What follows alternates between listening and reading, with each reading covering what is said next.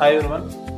జనరల్గా spine surgery తర్వాత మళ్ళీ నార్మల్ లైఫ్లోకి వస్తామా, మళ్ళీ నార్మల్గా తిరుగుతామా అనే అనుమానాలు చాలామందికి ఉంటాయి. ఎస్పెషల్గా రూరల్ ఏరియాస్ నుంచి వచ్చిన వాళ్ళకి ఎక్కువగా ఉంటాయి. సో అలాంటి వాళ్ళ కోసం ఈ మధ్యనే మా దగ్గర సర్జరీ చేయించుకుని మళ్ళీ తన నార్మల్ లైఫ్లోకి వచ్చిన ఒక యంగ్ లేడీ తన అనుభవాల గురించి ఈ వీడియోలో తెలుసుకుందాం. నమస్కారం అందరికీ. నా పేరు శాముకుర సత్యనాగజ్యోతి. మాది ఐన్విల్లి.